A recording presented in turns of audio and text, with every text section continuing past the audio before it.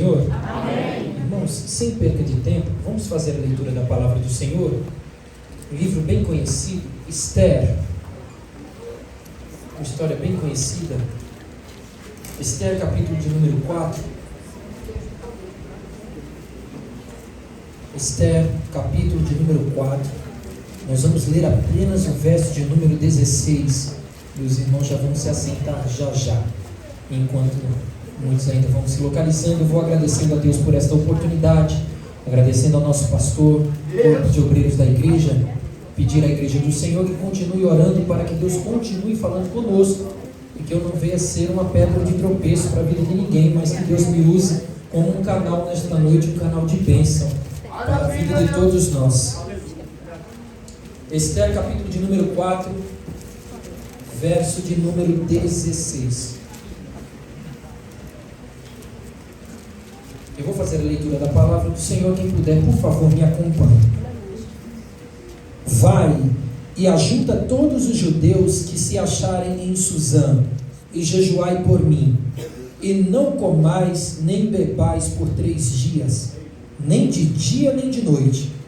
E eu e as minhas moças também assim jejuaremos, e assim irei ter com o rei, ainda que não é segundo a lei, e perecendo, pereço. Amém? Os irmãos podem tomar assento em nome de Jesus.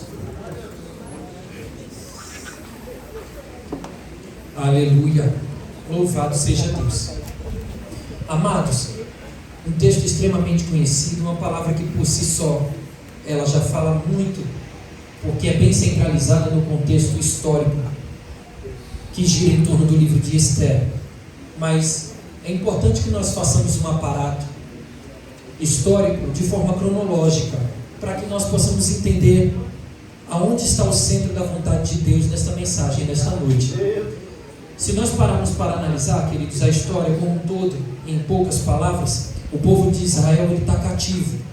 Primeiramente, o povo de Israel foi cativo na Babilônia. Os irmãos vão encontrar isso na Segunda de Reis, a partir do capítulo de número 25.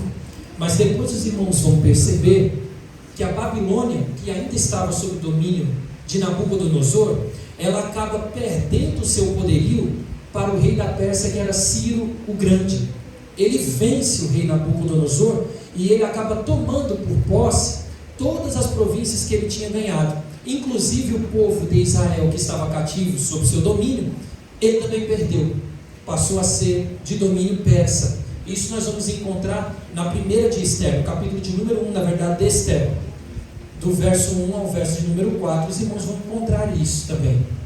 Nós vamos perceber que Deus levanta Esdras para fazer a reconstrução dos muros de Jerusalém, daquela cidade, e muitos decidem ir com ele.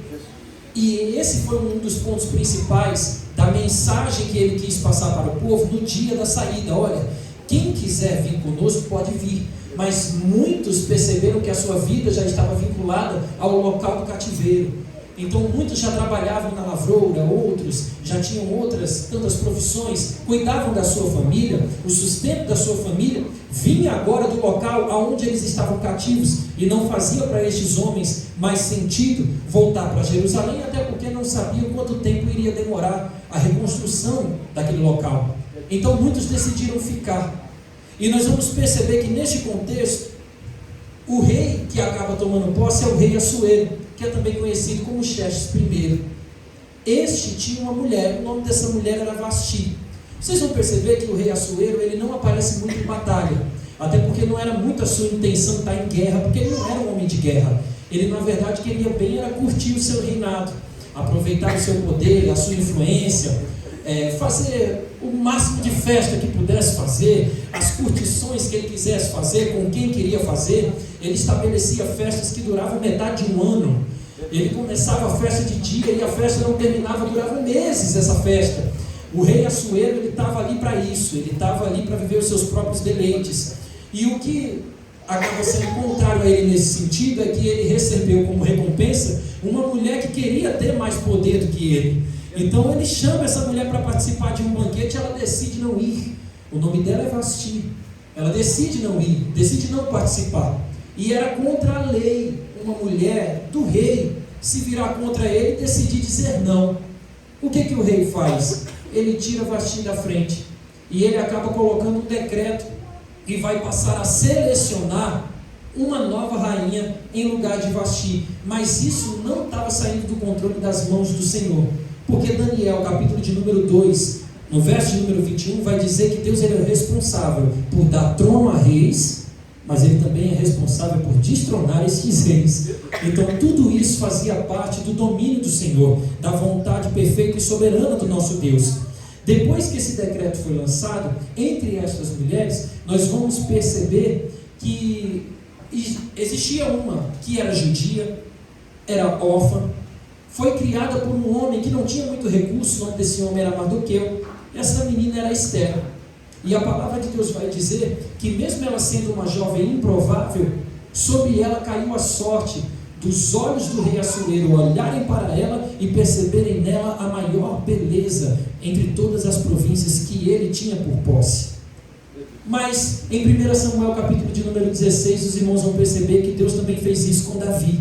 Ele também era um improvável, e para substituir Saul, o Senhor o elegeu. Então a vontade de Esther também, a eleição de Esther, melhor dizendo, também estava debaixo da boa, perfeita e agradável vontade do Senhor. O Senhor ele não perde o controle também na eleição de Esther. E se pararmos para analisar mais à frente, quando ela encontra graça aos olhos do Senhor, também se cumpre o provérbio 21, no verso de número 1, que diz assim: o coração do rei está nas mãos de Deus. Memorize isso. O coração do rei está nas mãos de Deus. E o domínio do Senhor continua sendo pleno. A vontade do Senhor continua sendo soberana. E o desejo do Senhor em efetuar alguma coisa em prol do seu povo continua sendo ainda maior. Porque mais para frente nós vamos perceber que se levanta um novo personagem na história. E o nome desse personagem é Amã. Quem era este homem Amã? Ele era filho de um homem que se chamava Amedata. Esse Amedata, ele era um agagita. Os agagitas são descendentes do rei Agag. O rei Agag ele era um amalequita. E os amalequitas são inimigos históricos do povo de Israel, do povo judeu. Quando este homem começa a aparecer, ele tenta se parear com o rei Assuero. Só que ele não faz isso de forma ofensiva. Ele não faz isso de forma impositiva. Ele vem com um sapatinho de lã, agradando, agradando, agradando, agradando, agradando. Os irmãos vão perceber que não era do feitio de Assuero ir para o combate. Então, como ele recebia muita gente gostaria de agradá-lo, Amã percebeu que uma forma de seduzir o rei seria também o agradando. E isso deu certo. Por que deu certo? Porque o rei Assuero o exaltou acima de todos os outros, aqueles que estavam do seu lado. E ele deu a ele o direito, por decreto, de aonde ele passar, todos aqueles que estivessem diante dele fossem se dobrando diante da sua presença. Só que a verdade é que aquele Mardoqueuzinho que eu disse que criou Esther no começo da mensagem, não se dobrou e nem se curvou diante deste homem. É aí que está a boa, perfeita e agradável vontade do Senhor em defender o seu povo. Quando Amã ele toma posse daquilo que o rei outorga a ele acaba alimentando no seu coração não o desejo de ser poderoso, ele alimenta no seu coração o desejo satânico de acabar com o povo de Deus. Porque nem sempre as pessoas tomam alguma amizade para si com a finalidade de promover aquela amizade. Na verdade, a intenção é promover a si mesmo, para poder executar a vontade e o desejo do seu coração. Quando Amã se aproxima de Assuero, ele não se aproxima com o desejo de ter um trono ao lado do trono do rei. Na verdade, ele quer pisar no povo de Deus, ele quer matar o povo de Deus, ele quer destruir o povo de Deus. E ele só vai conseguir fazer isso se ele conseguir extrair aquilo que o rei Assuero produz.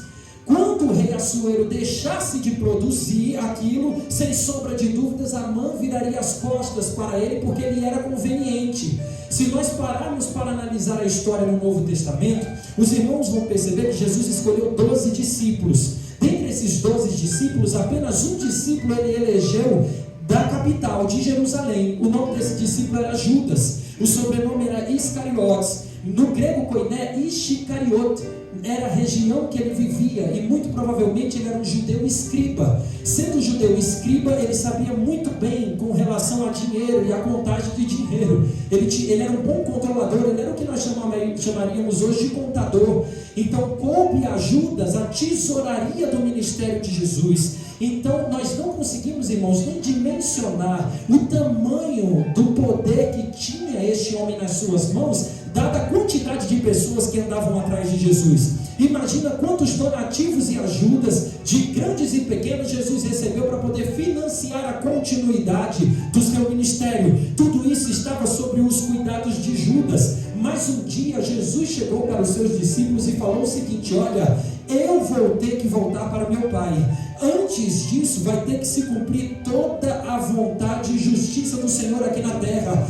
Eu vou ter que morrer e derramar o meu sangue em prol do povo da terra, e vou ter que voltar para o meu Pai. Quando ele diz isso, Judas, que olhava para Jesus e via as moedinhas caindo, acaba de ver tudo isso indo para os ares. E qual é a intenção do seu coração? Você vai parar de produzir aquilo que eu preciso? Você vai parar de produzir aquilo que eu quero? Como é que eu vou fazer para manter a minha vida da forma que eu mantenho, se eu não consigo mais extrair de você aquilo que você produz? Eu vou vender você, eu vou até o seu inimigo e vou vender você, eu vou falar onde você vai estar, em troca de algumas moedas de prata. Os irmãos sabem o que aconteceu. Ele foi denunciar Jesus ao Sinédrio, e os soldados romanos foram buscar no fatídico dia, lá no Getsemane. Você se lembra quando Jesus chorou e suou sangue, porque ia ser difícil? Naquilo só aconteceu porque um homem tinha usura e avareza no seu coração e queria deixar de pé a forma como ele vivia, extraindo de Jesus aquilo que ele queria. Amados, nem sempre as pessoas que estão ao nosso redor ou que estão ao nosso lado para estabelecer uma relação afetiva de amizade conosco, ou então além disso. Não. Muitas vezes o inimigo levanta pessoas para falar o que você quer ouvir, para se vestir como você quer ver, para andar da forma que você sabe e gosta de andar, para extrair aquilo que você tem para produzir. Ele quer usar você. Satanás, ele não quer te tirar da igreja apenas. Satanás, primeiro, ele quer te humilhar. Depois que ele te humilhar, ele te tira daqui e te mata. A vontade do diabo é fazer o desejo dele soberano sobre você. Mas eu tenho uma notícia para dar a alguém aqui nesta noite: que os desejos e os projetos do diabo contra as nossas vidas já estão caindo por terra, porque Jesus supriu de braços abertos na cruz do Calvário, vertendo sangue puro e inocente, e somente a ele é facultado o direito de fazer e não fazer, de decidir e não decidir, e de dar o livramento. E eu quero dizer a alguém aqui nesta noite: Jesus está desfazendo muitas amizades para te dar um livramento. Jesus está desfazendo alguns relacionamentos para poder te dar livramento. O Senhor Jesus está desfazendo algumas conexões para poder te dar livramento, porque nem tudo aquilo que parece ser nem tudo aquilo que cai na nossa mesa parecendo ser picanha é picanha, nem sempre tudo aquilo que nós vestimos parecendo ser a última roupa, a última de marca, é o que é. Muitas vezes Satanás está escondido atrás daquilo, seduzindo o teu coração para destruir você, mas o propósito que Deus tem na tua vida é maior do que os projetos do diabo, e ele já caiu e vai cair ainda por terra em o nome de Jesus, porque Jesus, ele é fiel. A palavra vai continuar dizendo, eu vou ser o mais breve que eu puder, igreja do Senhor, não vou passar do horário. A palavra vai continuar dizendo que, como aquele Mardoqueu não se dobrou diante de Amã, ele usou isso como um artifício para poder atacar então aquilo que ele queria, que era o povo de Deus. Quando ele consegue esse álibi, ele vai até o rei Assuero com uma conversinha, e aí vocês vão percebendo a fragilidade do rei Assuero e do seu coração. Ele chega até o rei e diz: rei, existe um povo aí que tem as suas próprias leis, existe um povo aí que tem já um direcionamento, que tem um desígnio, que tem uma forma de andar, que tem um jeito de pensar, que tem uma maneira de se portar. Esse povo aí é muito atrevido. Eu acabei de passar na frente de uma linha e não se dobrou. Imagina só o que vai fazer com o Senhor. Certamente o que eles estão fazendo é uma afronta ao teu reino, é uma afronta ao teu trono.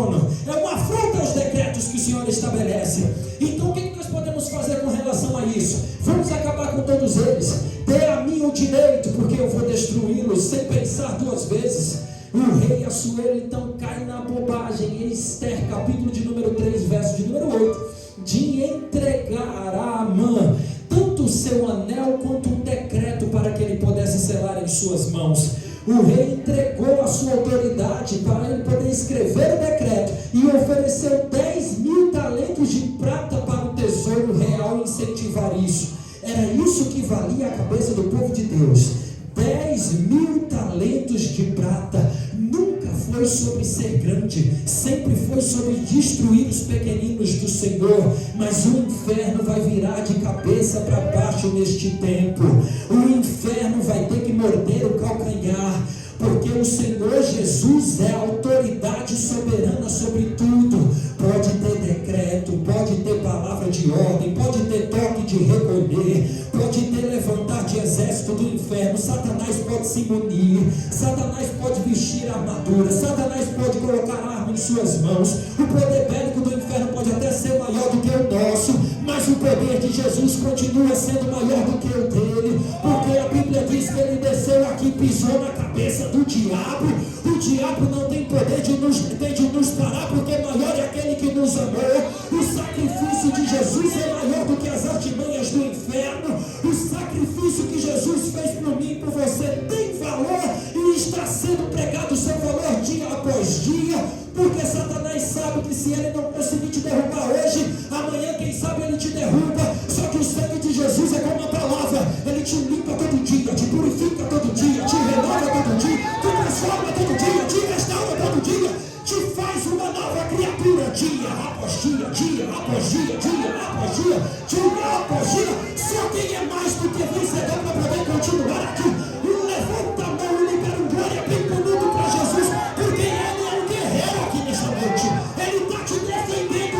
Quem entrou aqui hoje achando que é um objeto ou uma pessoa indefesa, Jesus está dizendo: você está na palma da minha mão, deixa que eu te defendo.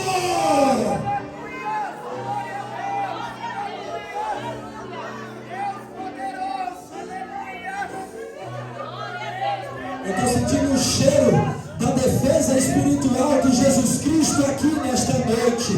O Senhor está dando livramento aqui hoje. Eu preciso terminar esta mensagem recebendo a vitória juntamente com vocês. Não existe obra satânica que seja maior do que o sacrifício de Jesus de Nazaré. Não tem, não tem, não tem, não tem, não tem. Não tem. A palavra vai dizer que esse decreto foi editado. Amã, com o anel do rei Assuero, carimba esse decreto, não tem como revogar. Agora é uma obrigação de fazer. Para quem não entende o que seria uma obrigação de fazer, a obrigação de fazer, no sentido jurídico da palavra, é exatamente executar imediatamente as ordens daquele que o fez. Quando o juiz obriga uma pessoa a fazer o seu pagamento com uma ordem de fazer relativo a qualquer coisa que seja, você precisa executar no prazo estabelecido pelo juiz. Se você não executa, ele prende os teus bens, mas ele dá um jeito de executar a ordem de fazer. Então, quando Amã carimba o decreto, era uma ordem de fazer, era uma ordem de execução. E a palavra vai dizer em Ester capítulo de número 4, no verso de número 1, que quando Mardoqueu soube disso, veio um grande lamento sobre a vida dele. Veio um grande lamento. Ele vai rasgar as suas vestes, ele se veste de pano de saco, ele passa cinza no seu corpo e sai pela cidade clamando amargamente. Amados, mas sabe o que é mais lindo dessa história de Mardoqueu? Mardoqueu, ele decide, em meio à cinza, em meio à dor, em meio ao luto do que estava por vir, se manifestar pondo-se de pé e indo falar com a representatividade que antecipadamente o Senhor colocou sentado lá no trono, que era a rainha Ester. Está entendendo que nada que acontece nessa vida é por engano? Nada que acontece nessa vida é por acaso? As pessoas que vão ver o teu milagre, elas já estão aguardando você chegar lá, viu? Eu estou falando de olhos abertos para quem veio aqui nesta noite para receber algo da parte de Deus.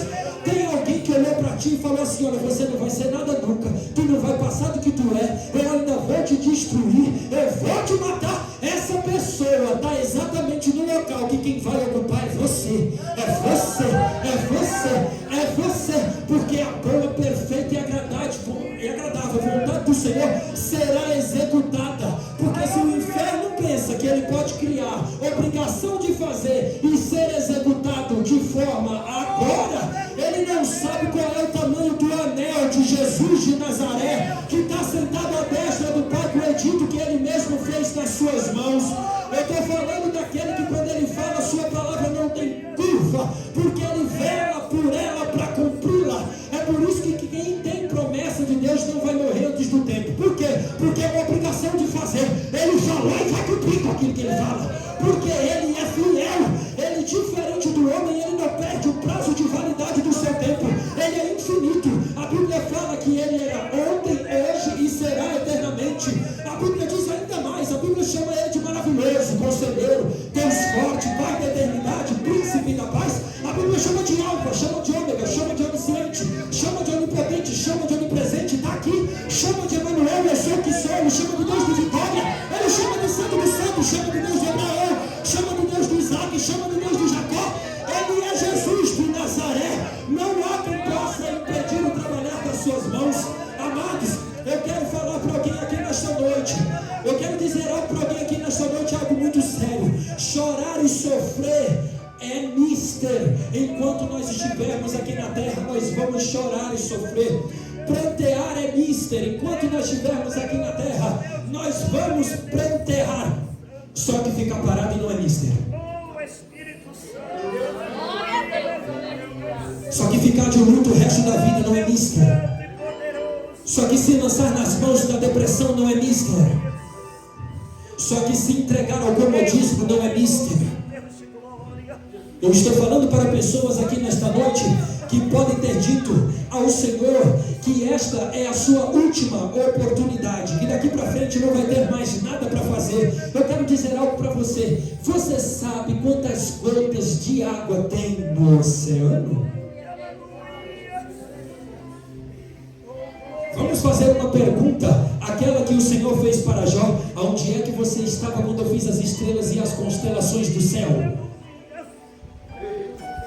Está entendendo que não dá para decidir? Está entendendo que não dá para dar limite? Está entendendo que não dá para ordenar? Está entendendo que não dá para entender essa mente insondável que se encontra sobre o nosso Senhor e Salvador Jesus Cristo? Se Ele falou, está falado. Ele não será, Ele é fiel. Ele é fiel. Eu estou dando conselho nesta noite para aquelas pessoas que decidiram desistir. Efésios capítulo de número 6, verso de número 13. Portanto, tomai toda a armadura de Deus, para que possais resistir no dia mau, e havendo feito tudo, permanecer firmes e constantes. Firmes e constantes. Firmes e constantes. O inferno está dizendo: eu vou te destruir.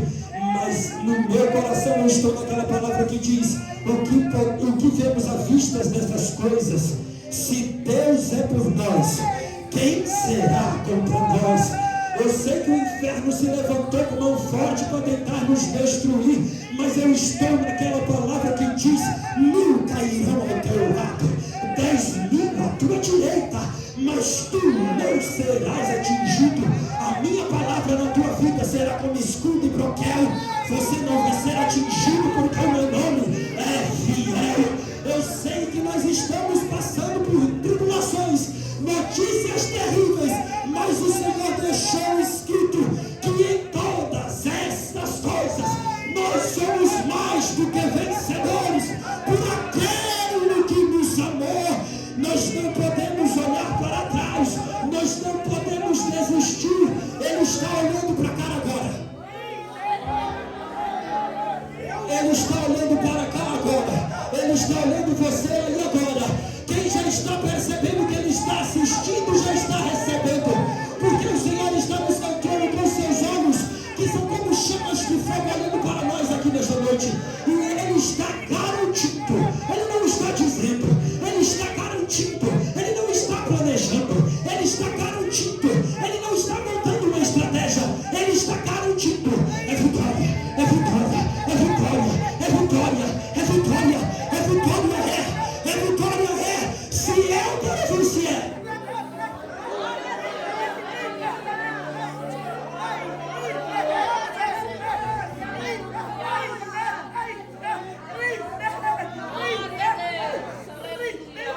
1 Coríntios capítulo 15, verso de número 58. Portanto, meus amados irmãos, sede firmes e constantes, sempre abundantes na obra do Senhor, sabendo que o vosso trabalho não é vão no Senhor. O que é firmeza, constância e abundância? Esses são os 3 pontos fixos de 1 Coríntios, capítulo de número 15, verso de número 58. Firmeza, constância e abundância. O que é firmeza, constância e abundância, se não continuar orando quando o silêncio de Deus parece ensurdecedor? Deixa eu perguntar um negócio aos irmãos: o que é firmeza, constância e abundância, se não permanecer crendo na promessa quando todos os sinais estão dizendo que ela não vai se cumprir?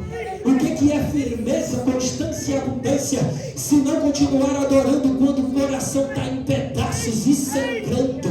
O que é firmeza, constância e abundância, se não prosseguir na caminhada, mesmo estando cansado e parece que o caminho não termina? O que é firmeza, constância e abundância, se não levantar a bandeira da fé, mesmo sabendo que o inferno está dizendo que se você fizer isso vai te matar? O que é firmeza, constância e abundância, se não o sangue está na canela e o crente continuar de joelho no chão clamando por aquele que pode, que tem, que é, que faz, que governa, que opera, que ordena, que controla? Firmeza, constância e abundância. Firmeza, constância e abundância. Firmeza, constância e abundância. Firmeza, constância e abundância. Firmeza, constância e abundância. Firmeza, constância e abundância. Firmeza, constância e abundância. Firmeza, constância e abundância. Ninguém me para de firme. Ninguém me cansa, sou abundante. Ninguém me trava, sou constante. Constante. Dia após dia, mês após mês, ano após ano, até quando? Até ele dizer chega, ou até a promessa se cumprir. Quem crê que vai, dá um grito.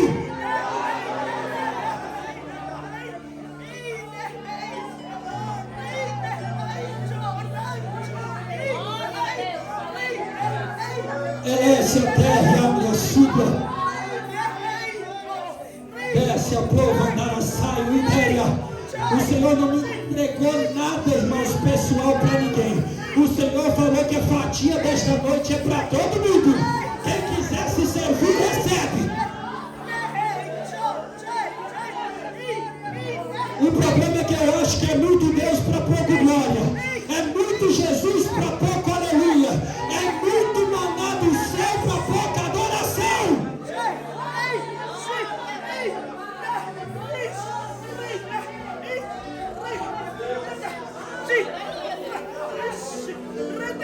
Jeová Jireh, Elohim, nós estamos aqui nesta noite para te adorar.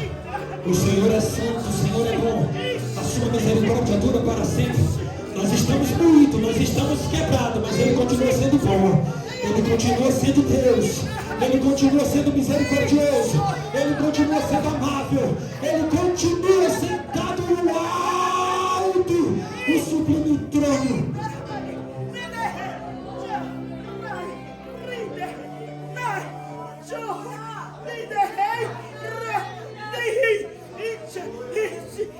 Meu Deus,